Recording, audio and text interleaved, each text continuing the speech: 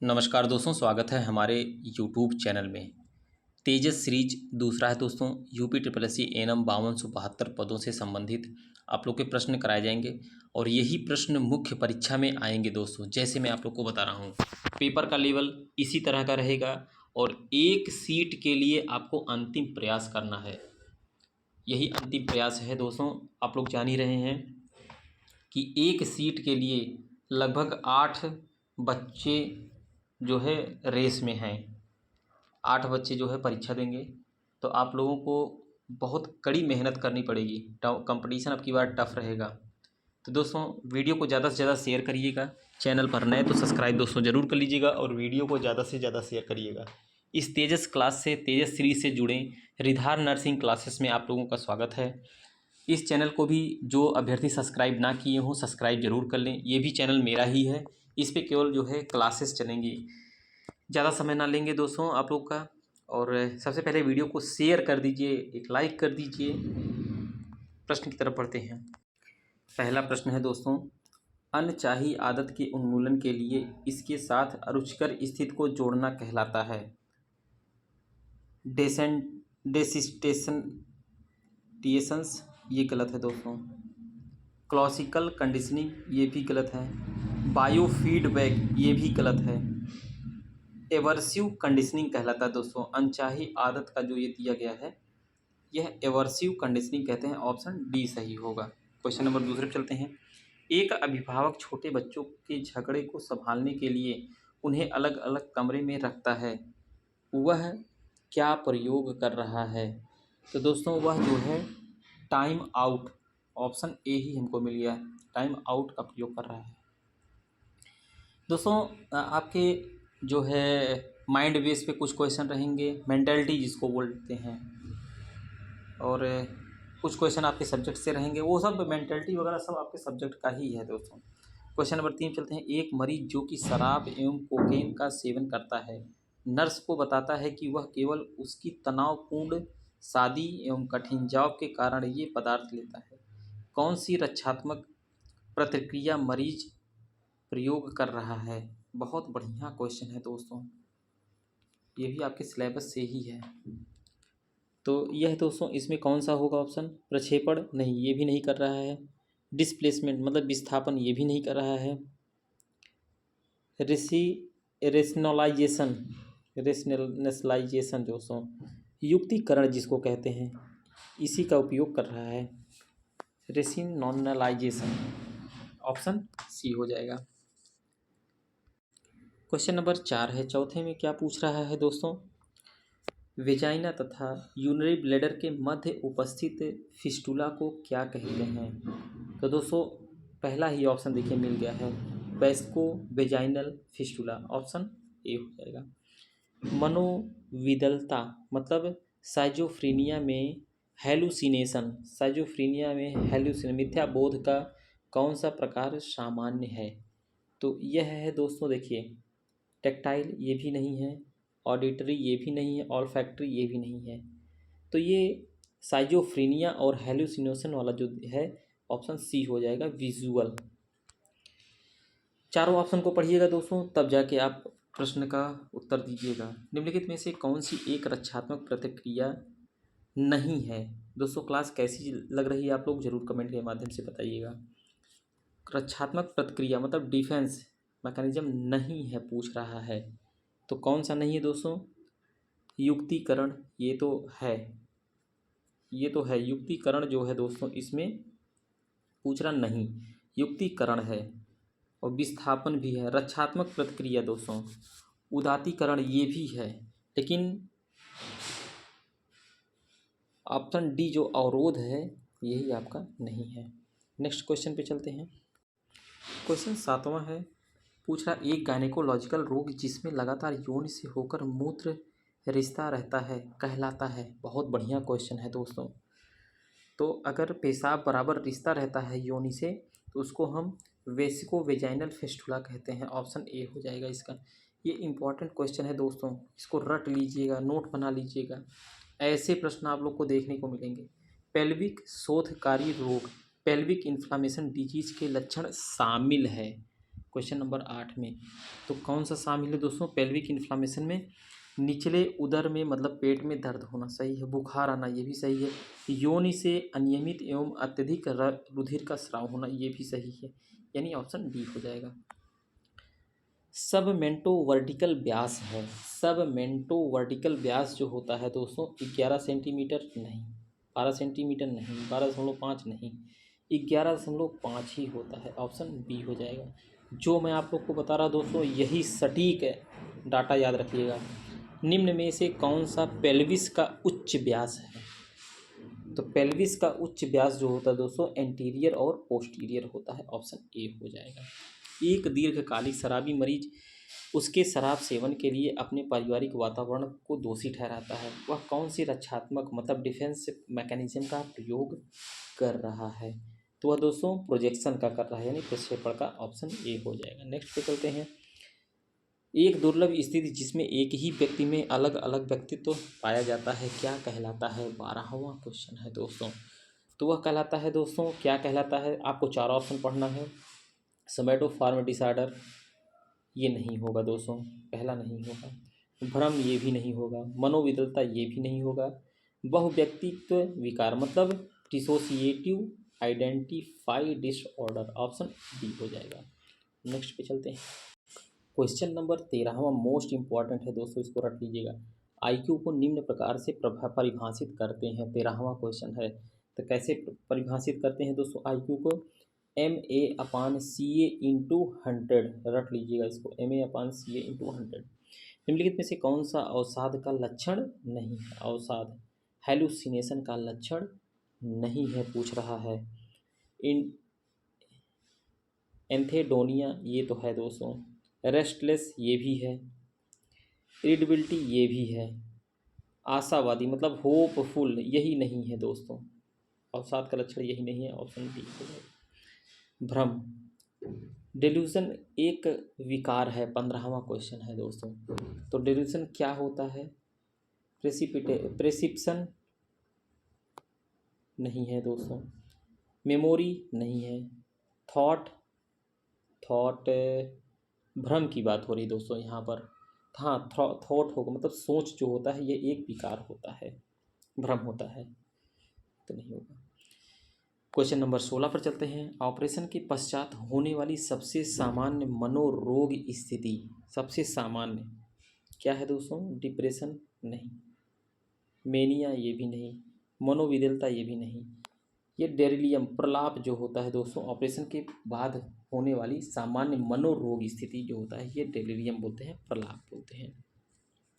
Next question पे चलते हैं। क्वेश्चन नंबर 17 है, बहुत बढ़िया क्वेश्चन आया है दोस्तों, रट लीजिएगा इसको। 17वां क्वेश्चन है, सिफिलिस को उत्पन्न करने वाला जीव, बहुत बढ़िया क्वेश्चन नंबर 17, कौन सा जीव है दोस्तों? क्लैडियम ट्रैकोमा गलत है, पॉक्स वायरस ये भी गलत है, हीमोफीलिया डोक्रेसिस ये भी गलत है कौन सा? सिफिलिस से उत्पन्न होने वाला जो है ऑर्गेनिज्म है ट्रिपेना पैलिडियम, ऑप्शन बी हो जाएगा। गर्भाशय से होने वाली असामान्य एवं अचक्रीय रक्तस्राव मतलब एसाइक्लिक ब्लीडिंग कहलाती है। तो यह एसाइक्लिक ब्लीडिंग जो कहलाती है दोस्तों, मेनोर्जिया नहीं, गलत है, एपिमेनेरिया ये भी गलत है, डिस्मेनेरिया ये भी गलत है। सही कौन है दोस्तों? मेट्रोहर्जिया।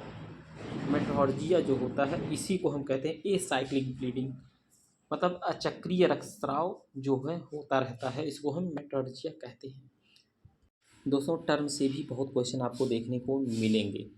19वां क्वेश्चन है, तो 19वें पे हम चलते हैं। इसमें सही क्रम बताने के लिए कह रहा है दोस्तों। देखिए सही क्रम ऑप्शन डी होगा, upper border of symphysis pubis, ठीक है, सिम्फाइसिस प्यूबिस आप अपर बॉर्डर पर होता है, फिर प्यूबिस क्रेस्ट होता है, फिर प्यूबिक ट्यूबरकल होता है, पेक्टिनियल लाइन होता है, फिर इलोप्यूबिक एमिनेंस होता है, यही आपका ऑर्डर होता है दोस्तों। क्वेश्चन नंबर 20 पे आते हैं, कौन सी घटना प्रसव की प्रथम अवस्था की नहीं है? प्रथम प्रसव की अवस्था की नहीं है।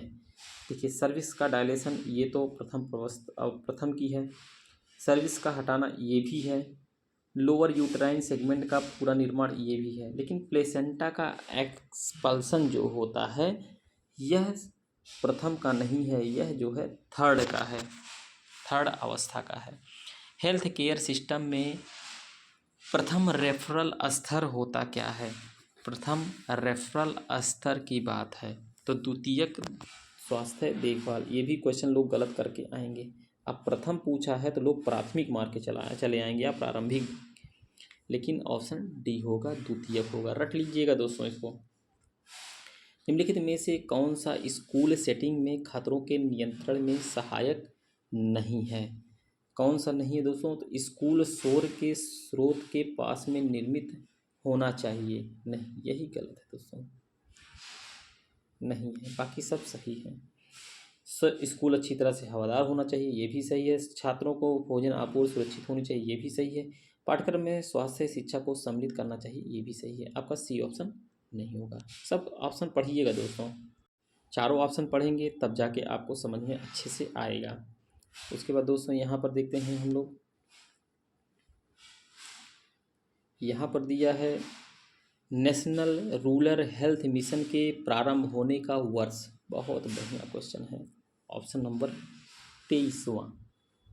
ये कब प्रारंभ हुआ था?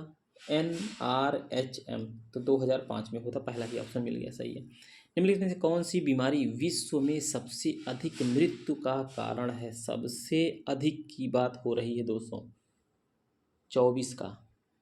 तो कार्डियोवैस्कुलर डिजीज मतलब जो हार्ट से संबंधित है दोस्तों। आशा कार्यकर्ता कितनी आबादी पर कार्य करती है? तो ये दोस्तों 1000 के आबादी पर कार्य करती है। ये सब रटे रटाए क्वेश्चन है। हेल्थ सर्वे एवं प्लानिंग कमेटी को इस नाम से भी जाना जाता है। किस नाम से जाना जाता है दोस्तों? मुदालियर कमेटी, मुदालियर कमेटी दोस्तों, इसको याद रखिएगा। हेल्थ सर्वे को मुदालियर, मैं आप लोग को कई कमेटी बताया हूँ। अस्पताल के अपशिष्ट में शामिल मानव ऊतकों तथा बॉडी पार्ट्स को किस रंग के बैग में डाला जाता है? जो अपशिष्ट होता है, 27वां क्वेश्चन, बहुत बढ़िया। तो पीले बैग में डाला जाता है। मैंने बताया है दोस्तों, पीले में क्या डालना है, लाल में क्या डालना है, काले में क्या डालना है और नीले में क्या डालना है। तो जो मतलब कूड़ा करकट अपशिष्ट पदार्थ होते हैं वो पीले बैग में ही डाला जाता है। 27 का ए होगा। 28 पर चलते हैं। अत्यधिक कम जन्म भार वाले शिशुओं का जन्म भार होता है अत्यधिक कम 3000 ग्राम से 2500 ग्राम, गलत, 2500 से अत्यधिक कम पूछ रहा है दोस्तों, ये ध्यान दीजिएगा। 2500 से 1500, ये भी गलत है। 1000 से 1500, ये भी गलत है। 1000 से कम होना चाहिए, ऑप्शन बी हो जाएगा। ये भी बहुत से लोग गलत करके आएंगे दोस्तों, इसलिए इसको आप लोग ध्यान से पढ़ लीजिए। क्वेश्चन नंबर 29 पढ़ते हैं। निम्नलिखित में से कौन सा इंजेक्शन एक नवजात में रक्तस्राव को रोकने के लिए सामान्यतः लगाया जाता है? 29वां, तो ये विटामिन के का इंजेक्शन होता है दोस्तों। टोडलर द्वारा प्रदर्शित खेल व्यवहार जिसमें वे अन्य बच्चों की उपस्थिति में अपने आप खेलते रहते हैं क्या कहलाता है? 30वां क्वेश्चन है, तो यह है दोस्तों समांतर खेल कहलाता है, ऑप्शन बी हो जाएगा। क्वेश्चन नंबर 31 पे चलते हैं। निम्नलिखित में से कौन सा एक मृत्यु का संकेतक है? तो मृत्यु का संकेतक जो होता है दोस्तों क्रूड मृत्यु दर बोलते हैं, इसको याद रख लीजिएगा, ये याद करने वाला है। किशोरों के लिए आयरन एवं फोलिक एसिड गोलियों का रंग होता है 32वां।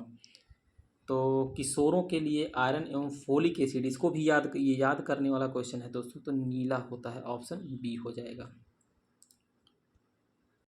33वां क्वेश्चन है दोस्तों, 2018 के लिए वर्ल्ड हेल्थ डे थीम, ये पूछा गया क्वेश्चन है 2018 के लिए जो था, तो कौन सा दोस्तों था? Universal health coverage everyone everywhere. तो दोस्तों यही आपका जो है था।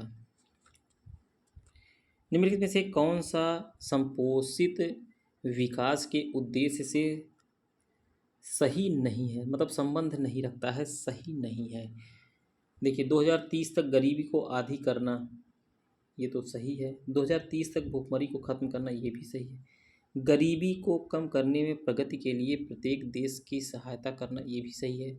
सर्वत्र गरीबी के सभी रूपों को समाप्त करना, यही जो है नहीं है दोस्तों, ऑप्शन सी हो जाएगा। नेक्स्ट पे चलते हैं। क्वेश्चन नंबर 35 है, एक आंगनबाड़ी यूनिट द्वारा कितनी आबादी को कवर किया जाता है? क्वेश्चन नंबर 35, तो ये तो रटा रटा क्वेश्चन है, तो 1000 आबादी। राष्ट्रीय मलेरिया उन्मूलन कार्यक्रम की रख रखाव अवस्था के लिए आवश्यक व्यवस्थाओं का अध्ययन करने के लिए कौन सी कमेटी गठित की गई थी? तो दोस्तों चड्ढा कमेटी, इसको याद रख लीजिएगा, मलेरिया के लिए जो है चड्ढा कमेटी थी। क्वेश्चन नंबर 37 पूछते हैं, 1 से 2 वर्ष के बच्चे की पल्स रेट की सामान्य रेंज क्या होती है? 37वां क्वेश्चन है, तो ये होती है 80 से 130 ब्रीथ पर मिनट। विकास का चलन जो कि सिर से पैर की ओर अनुकरण करता है, तो वह होता है दोस्तों सिफेलोकॉडल, ये मैं पढ़ा चुका हूँ। नवजातों में शारीरिक तापमान मुख्यतः नियमित होता है। क्वेश्चन नंबर 39वां है क्वेश्चन, तो ये होता है भूरे वसीय ऊतक द्वारा, ऑप्शन ए हो जाएगा। एपीग्लॉटिस एवं लैरिंक्स की सूजन के परिणाम स्वरूप उत्पन्न ऊपरी श्वसन मार्ग की बीमारी मोटे तौर पर कहलाती है, तो यह कहलाती है क्रूप कहलाती है दोस्तों, ऑप्शन ए हो जाएगा। वीडियो को शेयर कर दीजिएगा, क्लास कैसी है कमेंट के माध्यम से ज़रूर बताइएगा दोस्तों। चैनल पर नए तो सब्सक्राइब कर लीजिए दोस्तों, ये चैनल मेरा पुराना ही है, बस नाम नया रखा गया है रिधान नर्सिंग क्लासेस। पहला चैनल है डॉक्टर राम अनुज प्रजापति, और वही चैनल दूसरा मेरा रिधान नर्सिंग क्लासेस है। तो जिन अभ्यर्थियों को नहीं पता है, फिर से एक बार चैनल से जुड़ें, क्योंकि बीच में चैनल में बंद कर दिया था दोस्तों किसी कारणवश। अब फिर से इस पर खाली क्लासेस चलेंगी। अभी तेजस सीरीज चलाऊंगा, फिर उसके बाद समर्पण क्लास चलाऊंगा, बाकी कई क्लासेस चलेंगी, और फार्मासिस्ट की चलेंगी, एएनएम की चलेंगी, स्टाफ नर्स की क्लास इसी चैनल पर चलेंगी। भ्रूण काल में लाल रुधिर कोशिकाएं संश्लेषित होती हैं, 41वां है दोस्तों, तो ये होती है यॉर्क सीक में। बहुत बढ़िया क्वेश्चन है, रट लीजिएगा। नवजात की परिपक्वता की रेटिंग हेतु प्रयुक्त होता है, सब रटे रटाए क्वेश्चन है, तो बेलार्ड स्कोर इसको बोलते हैं नवजात के लिए। क्वेश्चन नंबर 43 पे चलते हैं। संक्रमण से बचाव के लिए प्रथम कार्य है, 43वां क्वेश्चन है, तो संक्रमण से बचाव के लिए प्रथम की बात हो रही है, तो हाथ धोना, ऑप्शन डी हो जाएगा। पैल्पेशन का उद्देश्य किसका आकलन करना है? तो पैल्पेशन का उद्देश्य किसका आकलन है? तो ये है ऑर्गन का। ये सब रटे रटाए क्वेश्चन है दोस्तों। क्वेश्चन नंबर 45 चलते हैं। सांस्कृतिक रूप से सक्षम नर्सिंग देखभाल की सबसे आधारभूत गुण क्या है? 45वां क्वेश्चन, तो सबसे आधारभूत जो है सांस्कृतिक रूप से नर्सिंग देखभाल के लिए प्रत्येक व्यक्ति के साथ एक व्यक्ति के रूप में व्यवहार करना, ऑप्शन सी हो जाएगा। 46वें क्वेश्चन पर चलते हैं दोस्तों। जीवित पदार्थ का अन्य चीज़ों व वातावरणीय स्थितियों से समायोजन है, क्वेश्चन नंबर 46वां, तो क्या है दोस्तों? अनुकूलन थ्योरी, ऑप्शन सी हो जाएगा। स्वास्थ्य व बीमारी का एजेंट होस्ट वातावरणीय मॉडल किसकी अवधारणा पर आधारित है?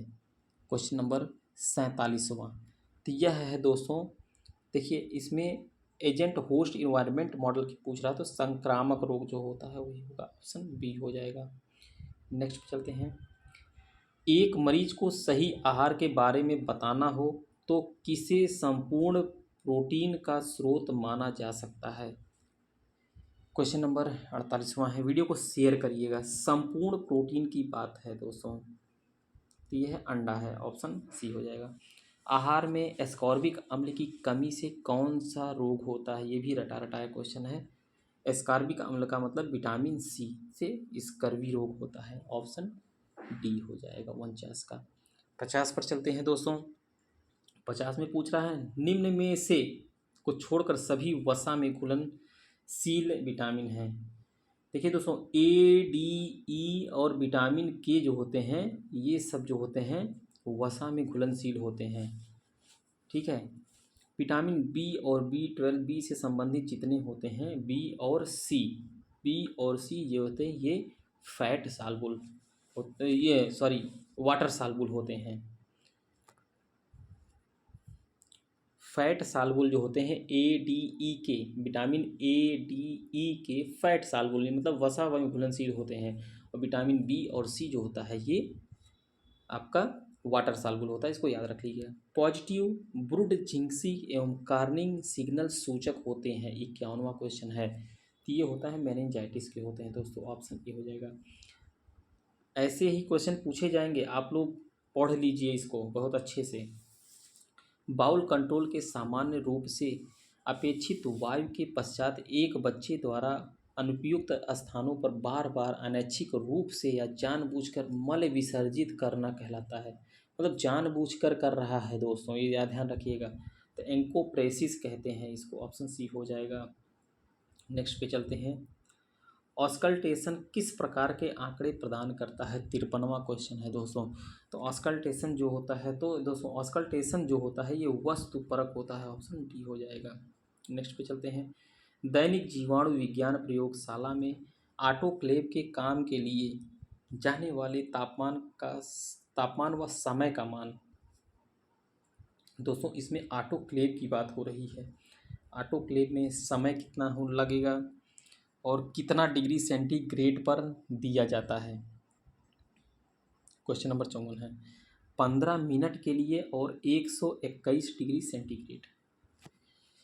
निम्नलिखित में से किसके द्वारा नर्सिंग प्रैक्टिस का नियमन किया जाता है? नर्सिंग प्रैक्टिस का नियमन की बात है। Question number 55। यह स्टेट नर्स प्रैक्टिस एक्ट होता है, ऑप्शन बी होता है। से अधिक तापमान को बुखार के रूप में परिभाषित करते हैं। 56 क्वेश्चन है, बहुत सिंपल क्वेश्चन है दोस्तों।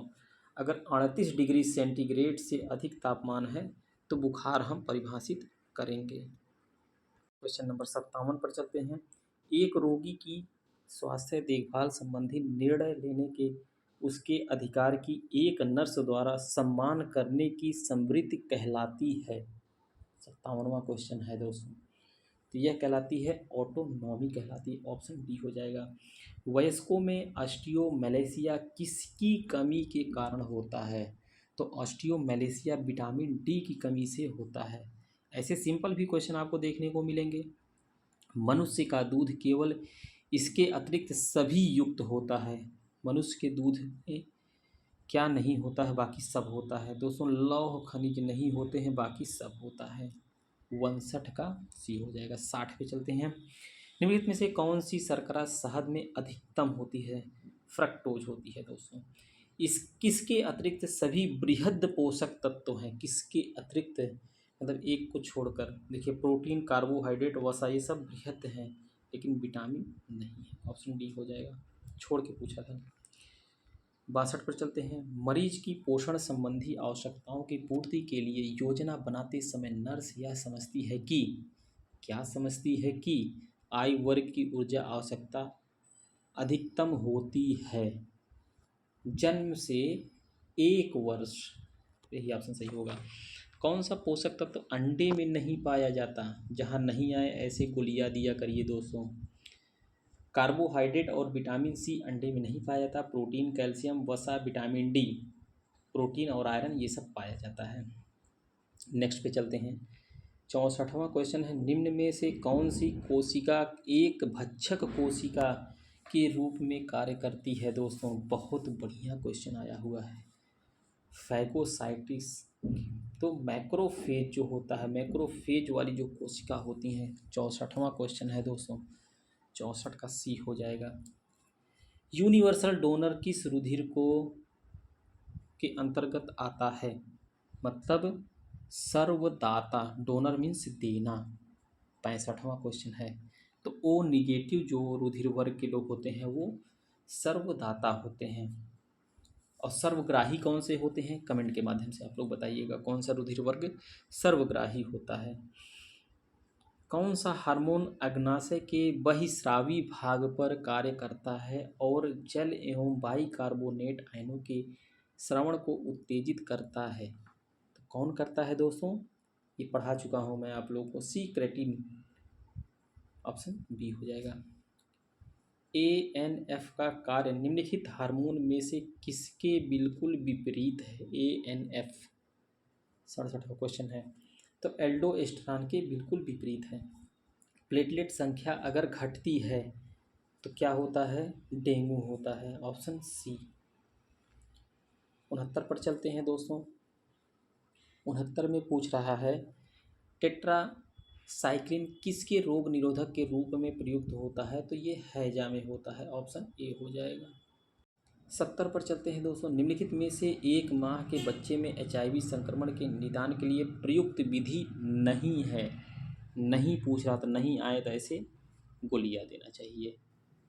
तो पूछ रहा नहीं है। देखिए DNA PCR ये तो है, वायरल कल्चर ये भी है, P24 एंटीजन ऐसे ये भी है, लेकिन आपका जो है HIV संक्रमण HIV एलाइजा यही आपका नहीं है। नहीं पूछा। 1 माह के बच्चे की बात हो रही है। हरी पत्तेदार सब्जियां संपन्न होती हैं, हरी पत्तेदार, विटामिन ए, ऑप्शन ए हो जाएगा। 72 पर चलते हैं। निम्नलिखित में से किसके अतिरिक्त सभी को बार बार आयरन पूरक की आवश्यकता होती है? किसके अतिरिक्त की बात हो रही है?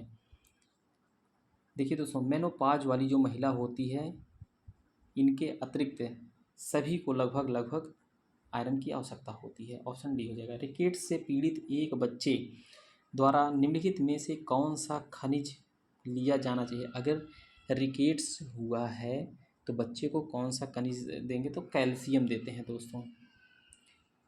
नेक्स्ट पे चलते हैं। RBC का जीवन काल पूछ रहा है, तो ये तो रटा रटा है क्वेश्चन। 120 दिन होता है। मानव हृदय के प्रत्येक स्पंद पूर्ण होते हैं। बहुत बढ़िया क्वेश्चन है दोस्तों। 75वां रट लीजिएगा, वीडियो को शेयर करिएगा। बहुत मेहनत से आप लोग के लिए वीडियो लेकर आया हूँ। बहुत बढ़िया बढ़िया क्वेश्चन है, ऐसे क्वेश्चन आपको देखने को मिलेगा। मानव हृदय की प्रत्येक स्पंद पूर्ण होती है 0.8 सेकेंड में, ऑप्शन सी हो जाएगा। जठर निरोधक पेप्टाइड मतलब GIP, 76वां क्वेश्चन है। GIP जठर श्रावण एवं गतिशीलता रोकता है, ऑप्शन ए हो जाएगा। दीर्घकालिक दस्त रोग का कारण है, 77वां, तो यह होता है दोस्तों आंत्रीय परजीवी, ऑप्शन बी हो जाएगा। एग्जाम हॉल में पेपर जब मिल जाए तो आप लोग बहुत सोच समझ के काम करिएगा, बहुत सोच समझ के। कंपटीशन अब की बार बहुत ही तगड़ा है, पेपर भी लेवल कैसा आएगा जो मैं आप लोग को बता दे रहा हूँ। चिकन पॉक्स का औसत उद्भव काल क्या है? क्वेश्चन नंबर 78, तो ये है 10 से 12 दिन होता है चिकन पॉक्स का। निम्नलिखित में से कौन सी टाइफाइड के लिए एक नैदानिक जांच है? तो ये होता है दोस्तों विडाल टेस्ट। उच्च रूप से उष्मा प्रतिरोधी वैक्सीन है, उष्मा प्रतिरोधी वैक्सीन, तो टिटनेस जो होता है यही होता है, ऑप्शन डी हो जाएगा। निम्नलिखित में से कौन सा निष्क्रिय वैक्सीनेशन के लिए प्रयुक्त होता है? तो ये होता है मानव व जानवर सीरा जो है दोस्तों, ये होता है निष्क्रिय वैक्सीन के लिए। क्वेश्चन नंबर 82 पर चलते हैं। निम्नलिखित में से श्वसन मार्ग द्वारा संचारित नहीं है, श्वसन मार्ग द्वारा पूछ रहा है कि संचारित नहीं है। जहाँ पर नहीं आए तुरंत उसको गोला लगा दिया करो। देखिए, श्वसन मार्ग से इन्फ्लुएंजा वायरस आता है, RSV आता है, राइनो वायरस आता है, लेकिन रोटा वायरस नहीं आता। ये जो होता है जो है दोस्तों रोटा वायरस आप लोगों का, ये छोटे जो बच्चे होते हैं डायरिया हो जाता है उसमें रहता है। निम्नलिखित में से कौन सा एक ग्राम पॉजिटिव बैक्टीरिया की कोशिका भित्ति का लक्षण नहीं है? तुरंत गोलियां दीजिए, जहाँ पर नहीं पूछे तुरंत इसको ऐसे गोलियां दीजिए।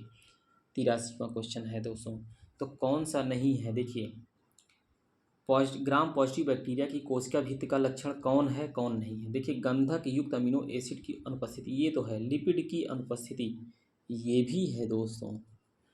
टिकोइक अम्ल की अनुपस्थिति, ये है, यही नहीं है दोस्तों, क्योंकि टिकोइक अम्ल होता है।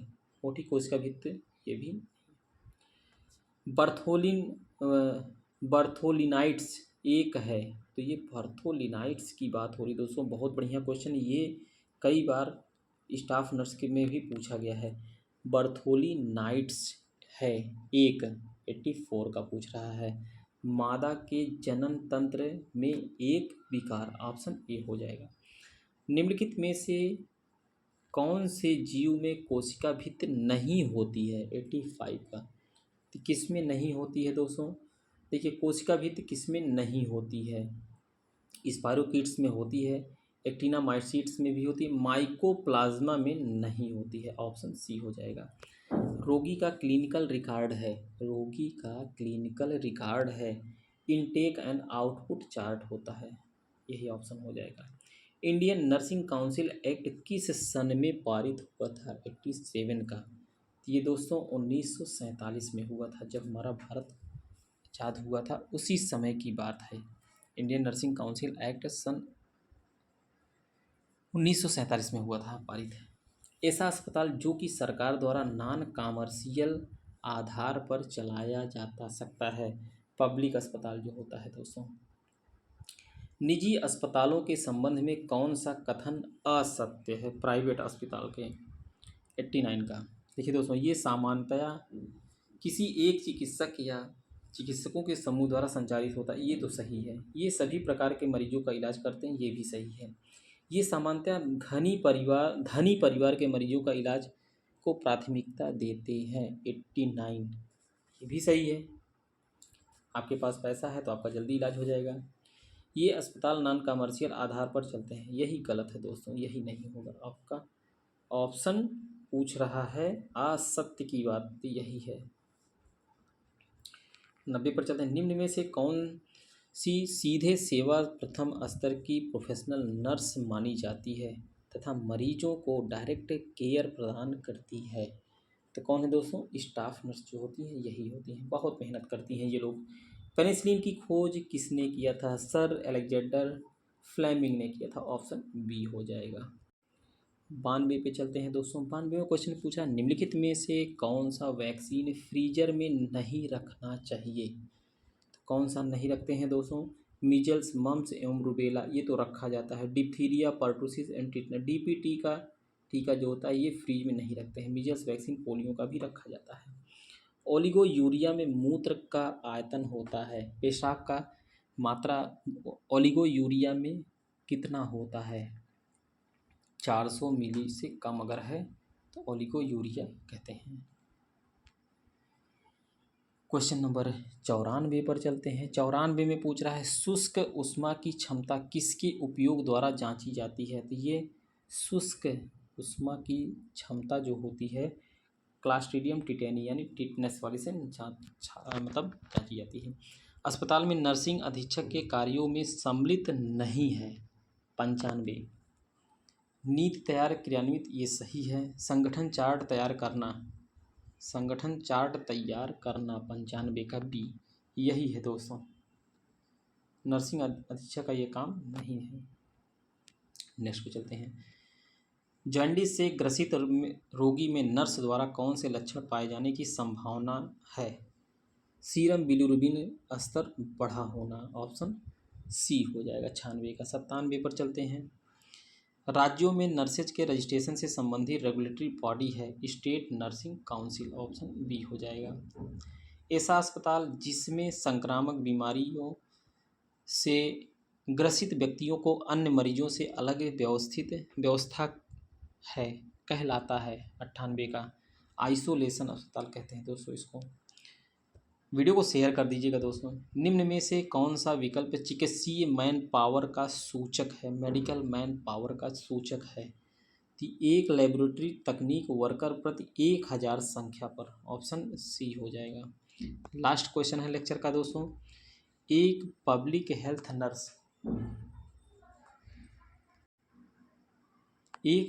हेल्थ नर्स के लिए आवश्यक न्यूनतम प्रोफेशनल योग्यता क्या होनी चाहिए? तो जीएनएम उत्तीर्ण होना चाहिए दोस्तों। बहुत बढ़िया क्वेश्चन आप लोग को मैं आज बताया हूँ। वीडियो को ज़्यादा से ज़्यादा शेयर करिएगा। चैनल पर नए तो सब्सक्राइब जरूर कर लीजिए दोस्तों, और वीडियो को शेयर कर दीजिएगा। मिलते हैं नेक्स्ट वीडियो में। वीडियो को अंत तक देखने के लिए बहुत बहुत धन्यवाद।